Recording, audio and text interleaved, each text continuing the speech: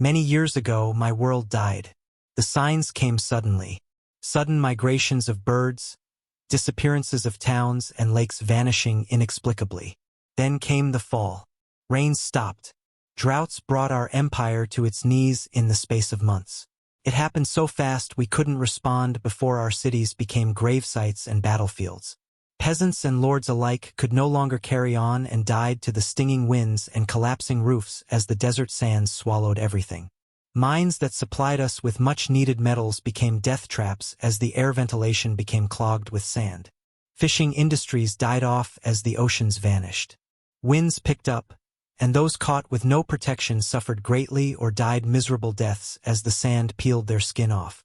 Kingdoms that stood for 100 generations vanished as the soldiers that defended them abandoned their posts or died defending them from desperate crowds. We are of three races: Rathani, Laurenti, and Thrak. The Rathani were once masters of the jungled lands, thick forests of swamp and beast-infested muck that lived in high trees. The Laurenti are small dwarf-like beings that were the shortest of all, lacking in brutality but making up in intellect, their great sky towers the envy of the world. The Thrak are my people, a middle ground of farmers, miners, and scholars simply making our way in the world. A harrowing tale of sadness and survival followed with us for the next 10 years after our last city was swallowed by the sands. The Rathani were the first to abandon their homes. Their tall bodies and thick hides could withstand the burning sands by huddling together during storms, their backs to the desert as they used each other as cover. The men would all form a circle around a hole dug into a camp before the storm, put their heads down and use their own bodies as shields to cover their families from the scouring storms. Their skill in hunting provided much-needed meat from the horrors that now scoured the deserts. The Laurenti used their great craftsmanship to create temporary shelters and tents that could withstand the sands, clothes that would stop the burning storms. Men would use their own bodies as tent pegs to hold the fabric and leathers aloft, to keep the women and children safe from the storms as the winds relentlessly attacked them.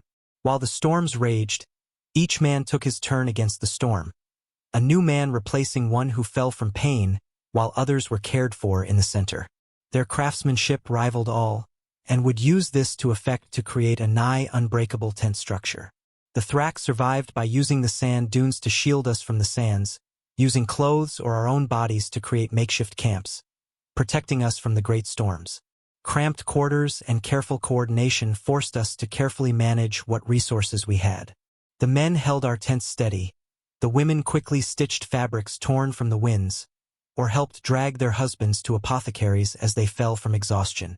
Thrak farmers would carry along with them small pots of plants they used to grow a meager food source.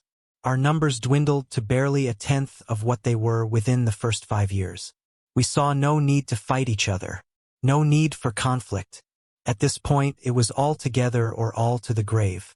What began after this was the key to our survival. Rathani men were our wall, protecting us from the desert predators and burning sands.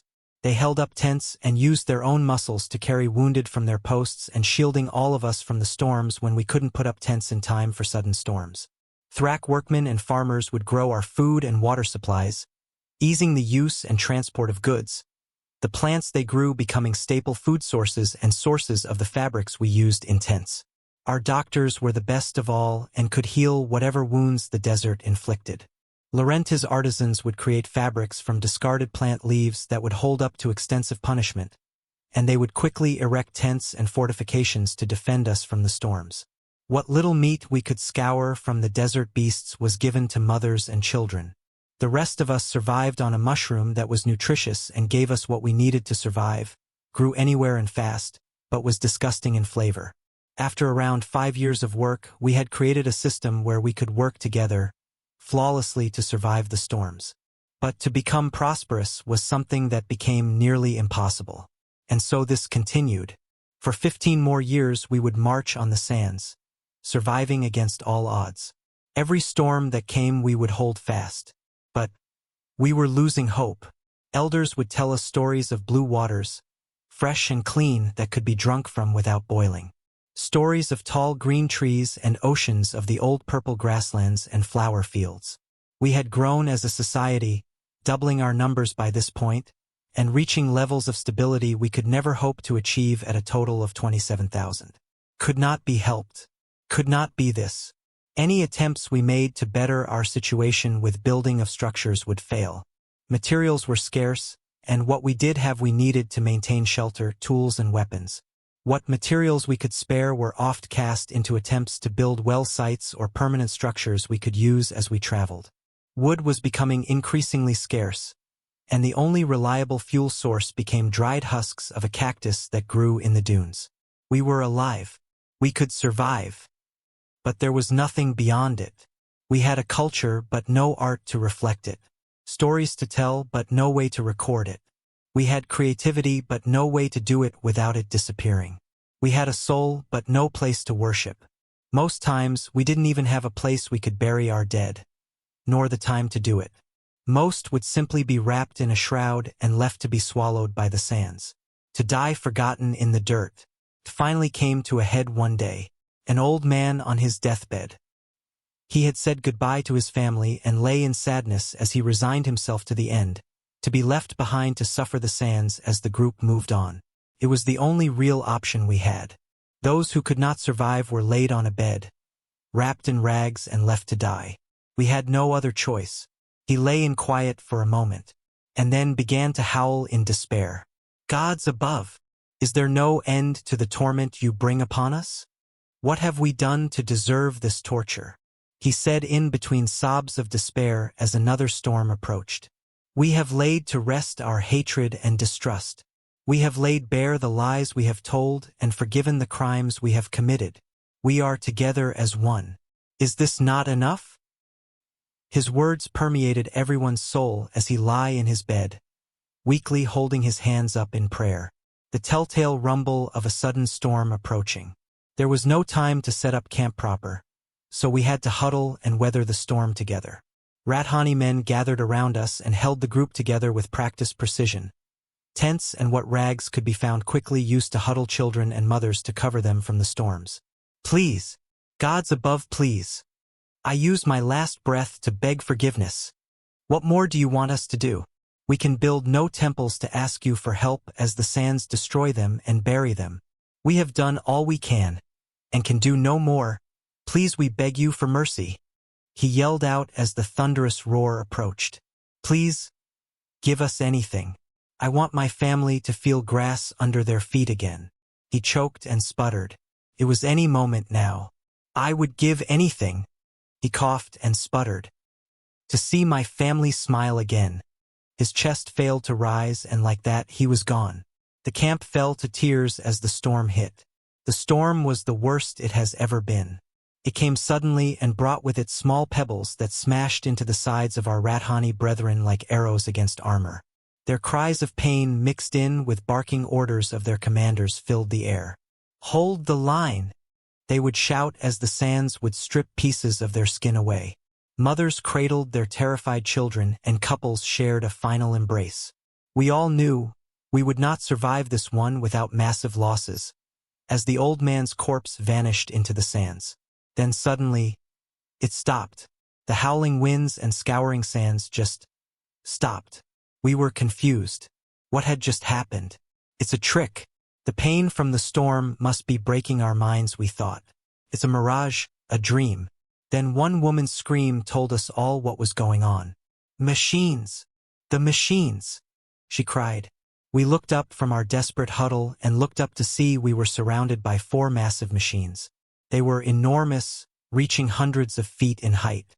6 massive mechanical legs holding a bulbous head aloft as it stared down at us with massive glowing purple eyes. Beyond the machines we could clearly see some kind of field of energy holding the storm back, as if we're never there. Silence. Naught but dead silence for many minutes as we stood in reverent awe at the sight. For what seemed an eternity, we simply stood there as the storm dissipated. It was over fast, and for the first time we could see it clearly. It was not just an advancing column of dust as it always was. It was a twisting, spinning monstrosity of dust and rock that charged its way through the dunes. It would have killed most of us, if not all. A shadow slowly cast itself on the ground, covering us completely as if a god was reaching his hand across the sky to shield us from the burning sun. We looked up to see a ship. A massive ship miles long, slowly lumbering its way effortlessly through the dusty skies and coming to a rest between two of the machines. We were stunned silent. No concept of what we were seeing. What was this? Within moments of this massive ship landing on the sands with a loud thud, a ramp opened up, and down this ramp walked a bipedal creature clad in reflective black armor.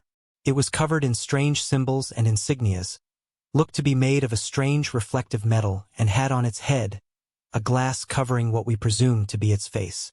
It held by its left side with its 5-fingered hand a strange rectangular item. Book? This creature moved to the end of the ramp, stepping on the sands, and stood there. It then used a hand to gesture one of us to come forward. That one was me.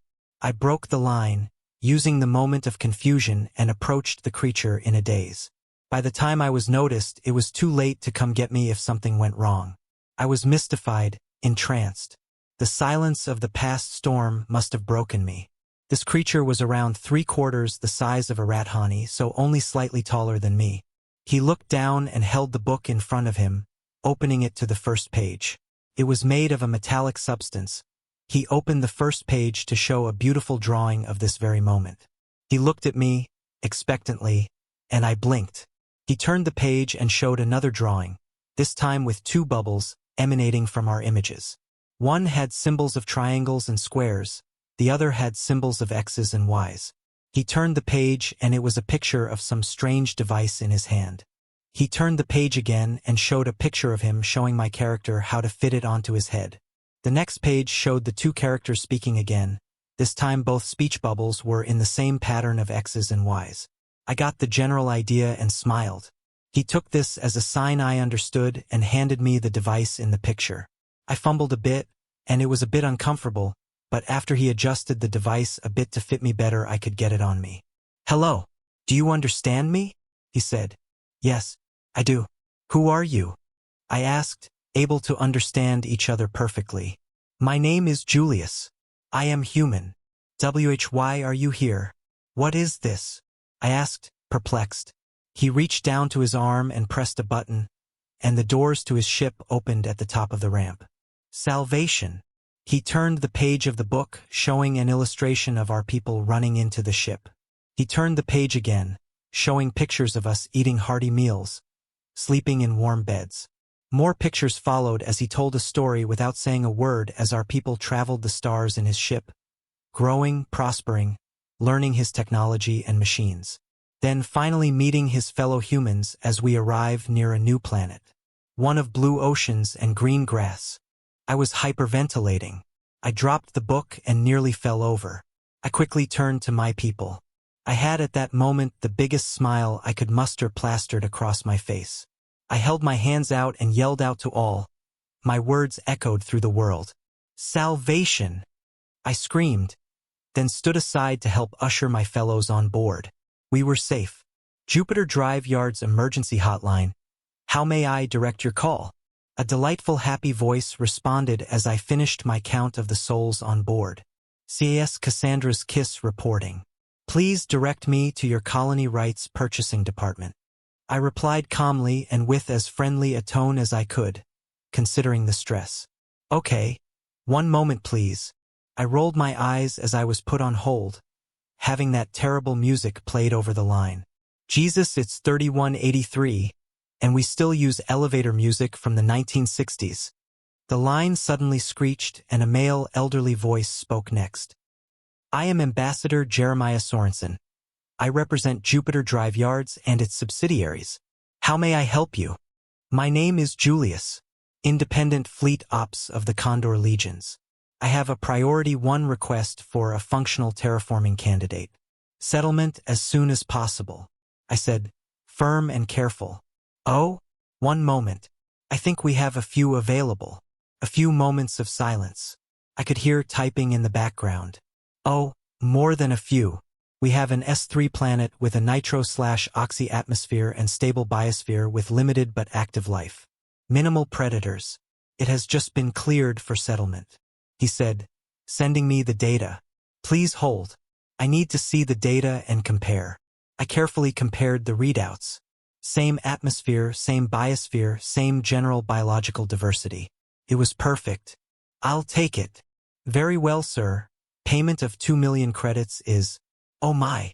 Before he could even finish, I had transferred the amount into his account. Your client must be most eager to get this planet. This is a personal purchase. It's an absolute priority.